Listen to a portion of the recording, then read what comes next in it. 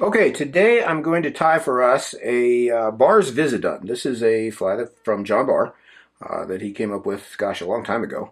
That is sort of his go-to Mayfly adult pattern. And I'm going to tie it in a blue-winged olive color today, but don't let that limit you. You can tie it in all sorts of different colors to match different bugs as you see fit. So, just vary the color of really just the color of the dubbing and the thread. Everything else stays pretty consistent, but a simple little bug and a pretty good floater. Kind of a nice alternative to a parachute. If you're just looking for another thing to tie, here's one of them. So I'm going to start with the Tiemco 101, and this is a size 16 just for camera use. It makes it a little bigger, easier for you to see, but 16 through 22 is typically where this is tied. And I've got some gray 14-aught Veevus here in my bobbin. And I'm going to start this thread here, just 75% point or so on the hook. And I'm going to wrap back to the bend. And when I get there, just let my thread hang even with the point on the barb. I'll turn my vise a little bit, and then I'll spin that bobbin. And what I want to do is cord that thread up for a pretty good length there.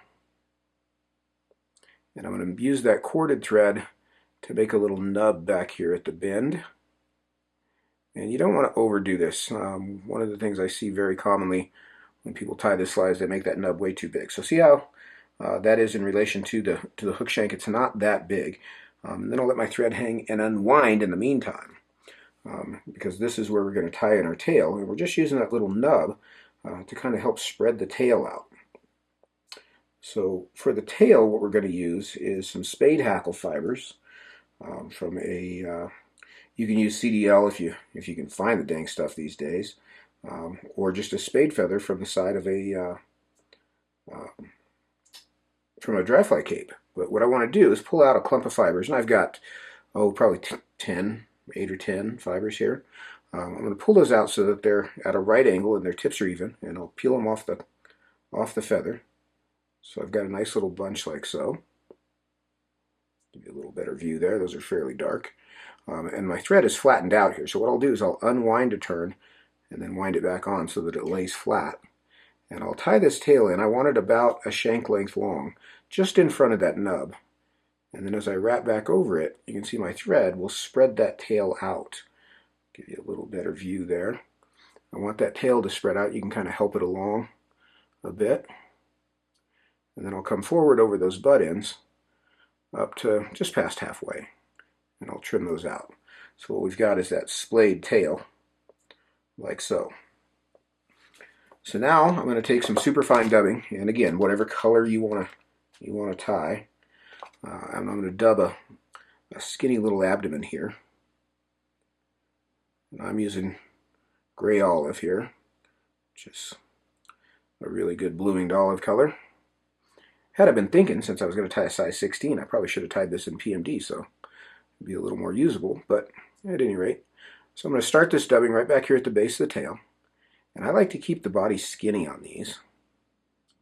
Real mayflies are pretty slender little bugs. And I'll dub just up to about the 60% point, and I'll kind of work back and forth to kind of finish out my taper there. And then I'll continue the thread base all the way up to the hook eye and back again. Now at this point we're going to tie the wing in, and typically John ties the wing in a solid clump. This is you can use either McFlylon polypropylene yarn or braided macrame yarn. This is braided macrame yarn, and this has sort of become my material of choice. But what typically John does with this is he'll tie this in and then stand it up. What I'm going to do, and it just makes for less bulk on the hook, is I'm going to take about half that much material. It kind of makes a little heavier wing, makes the fly a little easier to see. And I'm going to tie it in just in front of that abdomen, across the hook at an angle there. And then I'll come in and basically make spinner wings here. A couple of turns, so that I've got 2 spent wings tied in there. Now what I'm going to do is I'm going to stand this up, and I'm going to take the thread in front and back So you can see I'm coming over the hook, under the hook, in front, and just kind of propping that wing up. But that leaves me with two wings that sort of stand up a bit. So rather than one solid wing, you can, if you need to, take a little wrap around the base to kind of pinch those a little closer together, but I like them to be sort of separated. John's idea was to sort of have just a fan wing there, but I find this method gives me less bulk on the hook, which is sort of what I like for this kind of fly. So now I'm going to take a dun colored, in this case I'm going to use a saddle feather. Neck feather would work just fine. And I'm going to leave myself some bare stem here. And I'm going to tie this in just in front of the body. I'll slide the wings back and bind down over that, so you can see what we've got there. And now I'm going to take a little bit more dubbing, and I'm going to dub this thorax. So what I'll do here, and you saw how little dubbing it took to build that abdomen, so it's not going to take much to build this thorax. And I really like to keep this thin. That just gives me the opportunity to kind of build the shape of the thorax that I am after here. You can see if I pull that wing up and kind of roll it in my fingers, it'll stay together. It just makes it a little easier to work around. And I'm going to continue this dubbing. I can even come back a little bit. Continue this dubbing right up to the base of the wing. Thickest spot's going to be at the wing. And then right up to the hook eye. Then I'll come back again and jam that right up against the front edge of the wing. And then just a couple turns on either side to use up that last bit of dubbing. Catch that one strand of poly for the wing there, and then I'll run out of dubbing just behind the hook eye. So really, very similar to what you do with an RS2 there. But now we've got our hackle feather tied in back here. So I'm going to take this, I'm going to palmer this. Now you don't want to make tight concentric turns. You want to palmer this feather. So I'm going to space these wraps out. I'm going to get 2 or 3 behind the wing, and 1 or 2 in front. Usually 2 in front. Yep. Looking pretty good there.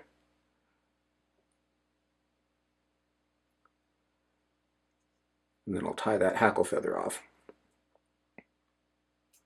Trim that stem out.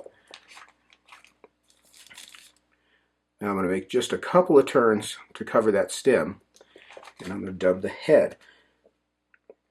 This is sort of John's take on an old thorax style pattern, so it does have a dubbed head. So just a tiny little bit of dubbing here, that same dubbing. I'm going to slide that hackle back. I'm going to build this dubbed head just in front of that hackle collar. And I don't want to catch too much of that hackle. I just want to finish that off, about like so. One there I don't like, just to round off that head. And I'll come in and whip finish just behind the eye.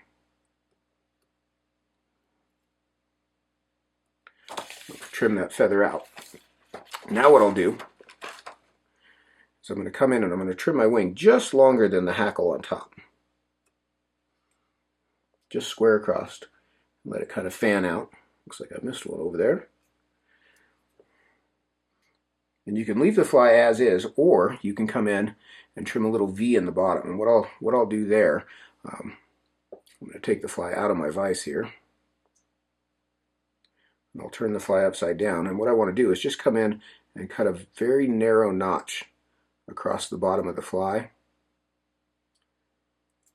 And because your hackle is directional, you've got to make maybe a few more cuts on one side than you did on the other, so that you can get sort of this V. Get you squared up there. Get that just set right just on my finger there. That V, so the fly sits down a little lower on the water, and you can see it's got 2 nice little wings, which I'm sure makes all the difference. I bet I catch a lot more fish because of that.